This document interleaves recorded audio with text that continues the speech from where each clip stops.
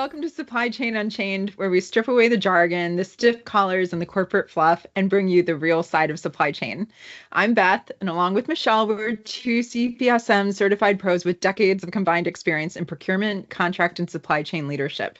This channel is all about making supply chain approachable, fun, and practical. Whether you're a rising professional, a student figuring out your career path, or a small business owner trying to make smarter decisions, we're here with real stories, practical strategies, and down-to-earth conversations that show how powerful and even exciting this field is. I really want to help others understand what this career path does. So many people have no idea what we do other than we buy stuff. But it is really so much more than that. We are the connectors, the strategists, the problem solvers behind the scenes. We manage risk. We build supplier relationships, negotiate contracts, and we keep the gears turning when things get messy. From sourcing critical materials to navigating global disruptions. Procurement pros like us are the unsung heroes of the business continuity. And here's the kicker. Supply chain isn't just for big corporations. It affects every single business, every product, every customer experience. So whether you're trying to streamline your inventory, negotiate better terms, or just figure out what the heck a lead time is, we have you covered. Right. So, Michelle, can you just start us off and share how you got started in supply chain, like how long you've been in this field and why you started pursuing formal training and education? Sure. I kind of fell into this field 25 years ago when I was 12 years old. Just kidding. Like a lot of people, they just fell into it. There wasn't a ton of formal training back then, or not that I knew of. People just didn't go to school for this role. But I really think that back then it was very transactional. And, as it evolved over the years, to where we are now. But anyways, I started as an executive assistant in a purchasing department for a local manufacturing company. It started as a temp job. Honestly, I found that I really loved working in the department. I found what the buyers were doing was super interesting. When I was in high school, I used to joke that I was going to be a buyer. But I didn't think that I really was going to try to be a music teacher, but clearly that's not happening. But anyways, as I started as executive assistant, I moved up to starting helping the buyers as I learned more about the field. And then I started buying MRO items. And by the way, an MRO item is like an item, supply, service that's needed for business operations. It's for maintenance, repair, operational things. But it is not a component of the final product that is going to be sold to customers, in case anybody was wondering what an MRO item is. So what about you? Well, I've been in the corporate world for about over 20 years now, but only 15 of those were in supply chain. But I started actually as a temp as well. I started way back working as an engineering technician in the manufacturing world. I was entering BOMs, routings. I was doing 3D modeling of raw materials, sub-assemblies, and finished goods for our company. And then I had an awesome manager who taught me a bunch of stuff and took the time to go through questions. So if you ever see this, Rich, thank you very much.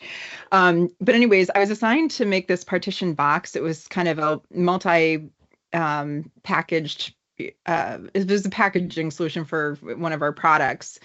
So I designed the box, I 3D modeled it in our system, I created the drawing and then sent it out for quote. So it was an RFQ. That was my very first RFQ. I didn't know it was an RFQ at the time. And then that was my first exposure to supply chain. And, when I started receiving the pricing back and talking with suppliers, it kind of got my foot in the door and, I was hooked. I enjoyed working in engineering, but I just feel like my personality is, better suited for supply chain. And so that was my first exposure. I eventually got hired in purchasing at a competitor's company, and then the rest is history. I've been in supply chain pretty much ever since. And as far as what got me into pursuing the formal training, though, and this is the perfect example of how many small businesses just look for somebody to process tasks rather than strategically lead in purchasing. So, I mentioned that I had been hired in purchasing at that company, which was a small, like kind of mom-and-pop shop. But I was hired as a purchasing manager and I was completely unqualified. I had never even so much as issued one purchase order before. And I mean, if you think about you how hit the crazy gold that mine is, in your right? career. You didn't even know what you were doing, and you were the I know. manager. But you know what? It worked out for me. But I tell you, I had this cringe moment where, I didn't have the experience, I didn't have the formal training or education, and I was completely dependent on, the guidance of my boss, who also did not work in supply chain. And so I received some terrible instruction. But I went in and I did what he had told me to do. And I met with a supplier, and I remember him looking at me like I had three heads, and I knew I'd done something wrong, and I could identify what I had done, at the moment, but I didn't know why it was wrong at the time. Now I think about it and I cringe to this day. I hope I never see this supplier again. But that was, the moment that was like the catalyst for me wanting to pursue formal training, because I wanted to figure out what I had done wrong. And I wanted to make sure that, whatever I do, I want to do with excellence. Mm-hmm. And so I knew I needed to learn. So after that, fast forward a couple of years, I started looking into the different, programs that were available. At the time, it was Apex and ISM. So I worked towards my CPSM, obtained my certification in 2016. Since then, I've served 2 years on the board of directors supply management here in Rochester, New York. And then I became a qualified CPSM instructor last year through ISM. So I can tell you it was hands down, thank you, the best career move I made was to seek formal training and my professional certification. And that's, that's one of the reasons why I'm so passionate about educating in supply chain and helping others to develop, their careers. I love this profession. And so, it's just a win-win for sure. Yeah, I know you do. And I'll actually say I am also CPSM certified. And honestly, that is because you really encouraged it. In case you don't know, which this is our first episode, you probably don't know. Beth and I worked together for 10 years now. She has just become a great friend and mentor to me.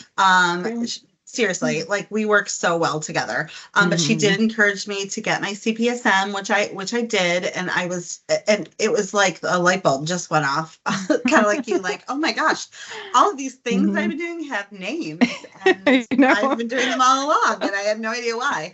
So anyways, I am CPSM certified. I've been certified since 2018 or 2019. And honestly, it was one of the best decisions I ever made. And, I could not thank you enough for encouraging me to do that, because I know I put it off for a little while. And honestly, it just reignited my passion for this career. So anyways, we're calling this podcast From Missteps to Mastery, because let's be honest, between you and I, we've probably made every rookie's mistake in the book. And now we are here to help you skip the chaos and get straight to the good stuff. So anyways, speaking of missteps, as I alluded to earlier, in my introduction here, Missteps wasn't just my middle name. It was probably my whole personality back then. And the best part, I thought I was crushing it. You get handed a shopping list and told, go buy this from your employer, for a multi-million-dollar company, because they didn't have any understanding of, the why. They had some of it, but not all of it. So you think, cool, this is just a transactional checklist. Let me get going on these tasks. I've got this. Spoiler alert, I did not have this. I was doing the job. I was probably doing it adequately, but I wasn't doing it with the right mindset. I wasn't thinking about career growth, business impact, or anything of strategic value that I could bring to my employer. And that was the mistake. And, taking my CPSM, it really helped me realize the value that I had to my employers. And it allowed me to take a seat at the table and take up space and be the expert that I am. Absolutely. Yeah. And that, kind of that pressure, kind of leads to the first And maybe the most common rookie misstep, which is like the panic buys, Oh right? my gosh. I just wanted to look efficient, get the tasks off my plate. I had no idea that was the wrong motivation. Yeah. Well, maybe not wrong, but just not like the mastery, right? The pro move is, to launch a simple RFQ or request quotes from different suppliers. Instead of just chasing just one supplier, you're inviting 3 to 5 qualified suppliers, and then you have options, and then you control the process. Yep. And then they know they have competition, Right. which probably gets you a better deal. Not probably, it does get you a better deal. Right. Exactly. But that also brings us to our misstep number 2, which is being hypnotized by the lowest price. Classic. You line up 3 quotes, one's way cheaper, and you feel like a hero. You haven't taken into account anything else like lead time, total cost of ownership, landed costs, nothing. Like, give me the cheapest price. And I remember when I started my job before 10 years ago, before we started working together, I was at a manufacturing company again. And I remember starting, they handed me a list of things to buy. They handed me an MRP report. I went through it. I bought the things, and it was my mission in life to save the company money. But I had tunnel vision. Like, that was my only, it was like, that was my mission. Should I choose to accept it? I totally accepted it. And, it wasn't the worst thing in the world, but it could have been so much better. Yeah. Well, I mean, I've done the same for sure, like so focused on price. But sometimes when we're focused on price and you're forgetting all of these other extremely important criteria and factors in the purchase, you end up buying this huge headache instead, and so that is kind of the message is, when we switch over to more of a mastery mindset, it's really not about price so much. It's more about the total cost of ownership. Yeah. So why don't you break that down for us? Okay. So think of buying like a cheap printer, right? I can find something, I'm just looking at initial prices and I find this great deal. Until I find out that the ink costs a fortune and it breaks every month. So I've actually owned printers like that, by the way. Honestly, but it's cheaper to throw away the printer and buy a new one than it is to buy ink. I know. But anyways. But, TCO looks at everything. It looks at the initial price. It's looking at shipping charges. It's looking at the cost of maintenance, your product reliability. Even things like customer support and training should be factored into the overall cost. So the slightly pricier supplier with the better support might actually be the smarter choice in this scenario. Right. And so, in a corporate setting, dependent on what your company objectives are, is going to be how much you weight each of those criteria. But when you kind of shift away from that, tunnel vision on price, then you're thinking more like a pro. And that sometimes, will lead to misstep number 3. Is that, you may be increasing your supplier contact, right? You're sending out more RFQs, you're, increasing your supplier base. But a lot of times, and I remember this, especially when I was focused on price, and I don't know, maybe that's the root cause of it, but we start treating our suppliers more like adversaries. Yes. That is, I'm guilty. I used to go in every negotiation, ready for battle, always looking at it like, I had to win the best price. And that was the only factor at the end of the day. And honestly, that is like one of the biggest mistakes in negotiation. Right. And I mean, it's exhausting and it's counterproductive, Yep. I would say, if we're trying to develop this mastery and this skill set, it would be to treat suppliers more like strategic partners. And, even if they don't have the official stance or meet the definition of a strategic partner within your organization, just, approaching them from that perspective really helps when you're transacting business with them. It really does. So yeah, so it's less of a battle and it's more of a collaboration, which is like the key word, collaboration. Right. It actually sounds kind of fun. It can be, and I think that your best deals anyways, your best innovations come from, those strong partnerships and relationships with your suppliers. You can learn so much. You get, inside knowledge, and, like they can give you what they're seeing on the horizon. It just helps. You can really leverage those relationships, and you can't do that if you're treating them like, if you're working against them. So yeah, and they don't want to, work with you and give you, you know, attractive contract terms when you are treating them like an adversary. If you treat them like a partner with respect, and you're treating it like it could be a win-win situation for both of you, because there are factors more than price. You are going to get the better deal. So a quick recap before we go on to our next segment, which is what would you do? So my advice is resist the panic buy and use an RFQ or an RFI. Look beyond the price and consider total cost of ownership, or TCO. Right. And build those partnerships with your suppliers, not battlefields. So I think that's great advice for anybody coming into this field, or, or it's a great reminder for anybody who is already a practitioner and, in anywhere in their career. It's a good reminder. Right. And, and I just want to just add to this, because this, kind of like I mentioned, where I was completely unqualified to take that purchasing position. I feel like that's how a lot of, employers approach it, where they're just looking for somebody that they need somebody to purchase, they need somebody to issue POs, but they don't have the understanding of why they're doing what they do. Just almost across the board, the objective is to lower cost savings. And, that's where, anybody who is in these roles has the ability to really speak up and let your employers know, let your companies know how much more you can be doing to protect their company and their bottom line, to, help mitigate risks.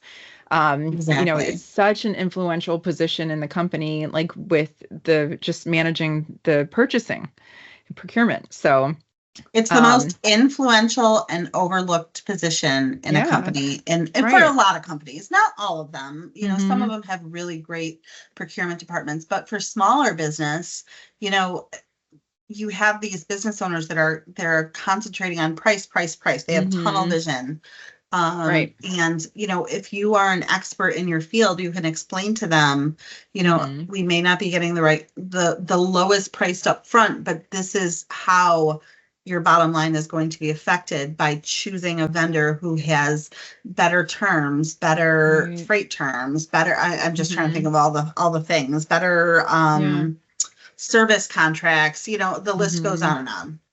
Right. And I'll just give a real world example too, real quick, because, a lot of times if, somebody is just looking for a task processor to issue a PO, but they don't have the understanding even of how freight terms impact the purchase, or, like the total cost, or who carries the risk on a purchase, then you run into issues with these whole, like the tariff activity, right? The companies who structured their contracts favorably towards their company because they were aware of those terms, and they were aware of the impacts of how different language impacts the purchase, they're covered under these tariffs. They've transferred the risk over to their suppliers, or set it up where it's favorable to their company. But the ones who didn't, who were just worried about issuing a PO, are likely, I'm gonna step out on a limb here and say that those are the ones who are paying a lot for tariff activities right now. So, it's far reaching. It's not just the initial price. It's not,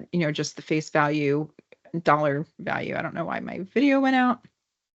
Because you need a new camera. Yeah.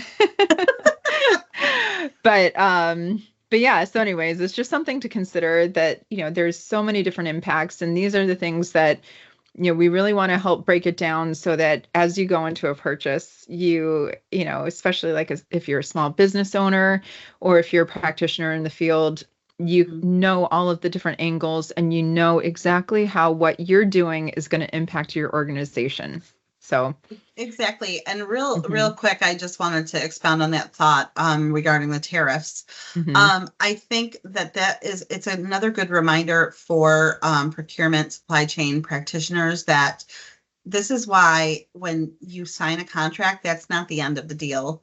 You should not just be filing your contracts away, putting them in a drawer, never looking at them again. Like, honestly, that's, what that was another misstep for me when I was when I was younger and earlier in my career. I thought, okay, we signed the contract, we're good, we're done. But you really should be managing that contract. And, if you have a contract and you transfer the risk over, again, you're going to know and be familiar with your contract and protect your company from, paying tariffs or fees or anything that might come up, because sometimes, these suppliers will try to bill you for things that are not legitimate and they're not part of the contract. So, managing your contracts is very important. Right. So just an aside that kind of light bulb went off there when you said that. So. Yeah. No. Okay. So I'm going to just ask a quick question maybe I'll just throw it up on the screen. But what would you do? We'll put the answer in the comments, but if you're a practitioner, if your supplier just discontinued a critical part and engineering hasn't finalized the replacement, production is breathing down your neck, because trust me, they will. Do you wait for engineering? Do you start sourcing surplus? Do you escalate to leadership? Or do you do all of the above while drinking cold coffee and questioning your life choices? I think we've all been there at the end. Yes. But tell us what you do. Send us a message or comment or email your war stories. We would be happy to feature some of them on a future episode. So. Yeah. And speaking of missteps, and this what would you do question there, I too would love to hear people email us or DM us their war stories or their horror stories, because I think if I think back, some pretty crazy things have happened. So little story time here. Early in my career, a key semiconductor was discontinued. I had just literally started this job, so I really wasn't, and it was early in my career, so it was like a double whammy to my confidence. Engineering hadn't finalized a replacement yet. Production couldn't wait. I scrambled. I called suppliers. I searched surplus brokers. I think I even looked on eBay, which is crazy. It's like looking on Alibaba for parts. I've had to do that a couple times in my career for discontinued items. But anyways, I found enough stock to keep production running, but some came from gray market sources. I had to weigh the risk of unverified components against the cost of shutting down operations. That moment really forced me to ask, where is the line between resourcefulness and responsibility? It really taught me that I also needed to move fast. I needed to speak up. I needed to speak to engineering. I needed to speak to leadership, all of the stakeholders, get them involved, and then spot what really matters. It also raised ethical questions that I hadn't really faced before in this profession. That tension stuck with me. Years later, I realized that I'd been doing the strategic work all along. I just didn't really have the language or the frameworks for that yet. So that challenge really just led me to process improvements for myself, for my department. I initiated weekly leadership meetings to review problem parts. I performed an ABC analysis to flag critical components. I did not want them to become problem components. So the funny thing is, I didn't even know it was called an ABC analysis at the time. I learned about that when I took my when I was studying for my CPSM. So it had a name. Well, I gotta say, I really did not enjoy electronic component buying. So that takes a whole special type of person to do that, Michelle. So I did love it. I loved what I did, but it was crazy sometimes, and it would just be like, no warning, like, oh no, this is obsolete. There's none left on the marketplace. And that's another good reason why it is so important to have good relationships with your suppliers, because if you have a good relationship with your supplier, they will tell you this part's going obsolete. You may want to stock up so you're covered until a redesign is put in place. A supplier you don't have a good relationship with is not going to do that for you. They'll be like, too bad, too sad. It's just crazy, though, with the different types of purchasing. I, for a short period of time, was buying in the electronics component circuit board industry and stuff like that. And you're buying parts that are a fraction of a cent, and then you're just buying like high volume. And then think now to like what we do now, where we're, buying multi-million dollar equipment and stuff, and it's like, it's such a different, same concepts, but it's just such a different like environment, depending on what you're buying. Yeah. I much really prefer the is. one over the other, but Same. all right. Sorry, I didn't want to interrupt you. No, it's okay. I'm done with my little semiconductor story time there. Gotcha. Well, yeah, I mean, I had my kind of turning point. I told you about my cringe story earlier. But that was for me like one of those turning points where I realized how little I knew. And I'd been so focused on price and trying to just get cost savings, but I was completely overlooking the strategy and the fact that, every decision has an impact downstream. So, whether it's quality, compliance, customer trust, supplier relationships, or in that case, even my own personal reputation, that's when I knew I needed real training. So same here. I once adjusted a supplier's delivery schedule to optimize freight costs. Smart move, right? Except it threw off the entire production line and delayed other critical components. That moment really taught me that in the supply chain, every tweak has a ripple. Downstream, upstream, you really have to be cognizant of the effects of your decisions. Communication and change management, they're not optional in this field. Right. They are really the glue that holds everything together. That shift from like the task execution to strategic influence, it's kind of like when I knew that I wasn't just buying anymore. So now I tell my team, don't just chase efficiencies, chase alignment. And I feel like that's just some really important advice for the people out there. Yeah, definitely. So what was your motive for pursuing CPSM?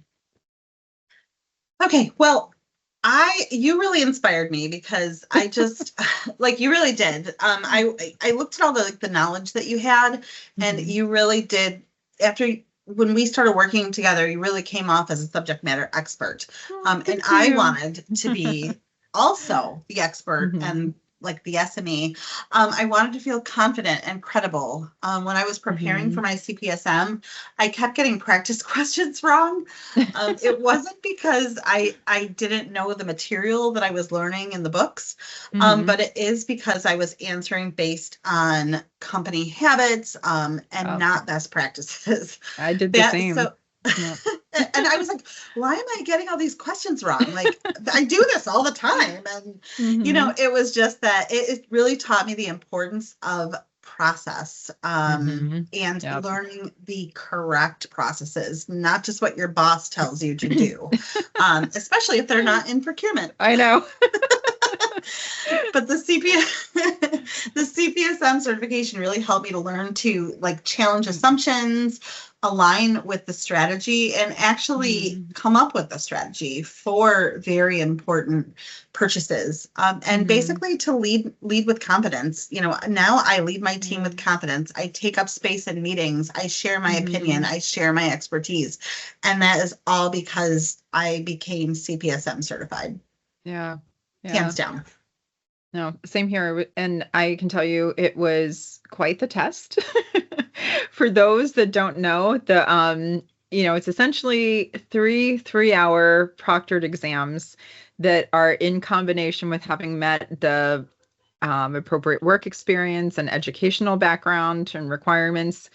But I remember, passing each exam and then ultimately all three exams was such a feeling of accomplishment and yes, total relief. Oh yeah. But it really did. It gave, me the confidence to identify as a true subject matter expert in the field. And, not only that, but it helps to establish me as, an SME with the business teams that I work with and, both in my current company and in, companies prior, just simply because there's been this vetting and qualifying process. Exactly. You have to demonstrate that you know your stuff in order to obtain your professional certification. And, 9 hours of exam taking tends to validate that, They are difficult. I'm not going to lie. Mm-hmm. But when I got to change my email signature and put CPSM Yes. after my name, I wanted to have a party because I was like, finally, like this is the credibility that I have been looking I for. know. I know. It is. It really is an accomplishment in It so really many is. ways. Well, I mean, if you Remember? think about it too, I mean, most of us are, working full time by the time, we go for certification. We're working full time. Many of us have, are raising families. I mean, like when I took my third exam, I had just I had an infant at home, too. And, so it was like, managing full-time work, which as I can tell you, Michelle and I, our work weeks have never just been 40 hours. And then, we have families, and just, Mhm. managing your personal life and stuff. So it's like studying and then getting to that point where you sit for the exam and you're like, I tell you, it's the biggest relief when you see that pass. And yes, when I Yes. was able to update and I got my certificate and, the acknowledgement from ISM, and you can Mhm. update your signature and start using you're encouraged to start using your credentials, Mhm. behind your name. It's It's a momentous something. occasion. It's something to be proud of. So, anybody who's watching this that's practitioner, you work in procurement or supply chain, it really does set you apart. It Mhm. truly does. I can tell you as somebody who's been hiring people for, years and years, Michelle, who's been hiring people for years, it sets you apart. It It's does. not as much of a risk when you're looking at somebody who you can verify that they've been Mhm. they've worked towards this. They've taken the time to invest in themselves and their career and their Mhm. education. They come armed with the skills that are needed for this role, versus somebody who hasn't shown, like, demonstrated that they know these things. So, and I think statistically, um, the certified procurement or, supply chain professionals make up to 20% more than their Yep. uncertified counterparts. So there's added incentive, and I can tell you for my own self, it has greatly benefited me financially, and I'm Mhm. sure it has for you too, Michelle. Oh, absolutely. I look for Hmm. people who are CPSM certified when I hire. If they're not, Hmm. I encourage my team to get certified. Right. I just think that it really is a priceless Hmm. certification. Yeah. I don't regret it for a second. Hmm. Right. And then I'll speak to you, small business owners too. Like a lot of people can't, or small business owners can't afford, a procurement manager or purchasing manager. Mhm. It is a lucrative field. It is more expensive than, maybe other roles if you're Mhm. using it for, the full scope that it can Mhm. cover. But there's nothing stopping you from investing in your employees. A $5,000 investment into getting them into a workshop and a preparatory course, sitting for the Mhm. exams and buying them, the textbooks and materials to go along with it. You can all in under $5,000, I think, depending on where you Yep. go. And by the way, I offer prep courses. So if you need an affordable option, come see me. But yeah, that's the thing is, if you make that investment into your employee, then you can Mhm. take that person who's just processing tasks and issuing POs, and you can elevate them to the point where they're actually contributing to your bottom line. They're helping to safeguard your company, and really leverage them as invest into their development. So it's a win-win all around. Is moving on a little bit to I just want to talk a little bit about like why all this matters. Like Hmm. us, I feel like a lot of people just stumble into supply Yeah. chain as a career. But you really don't have to stay stuck. Education, mentorship, learning from your mistakes can really turn this into a thriving career. Um, Hmm. they are the Right. key to your success. So when you have a new team, right? If someone's brand new, Uh-huh. what is one piece of advice that you would give them? Hands down, embrace continuous learning.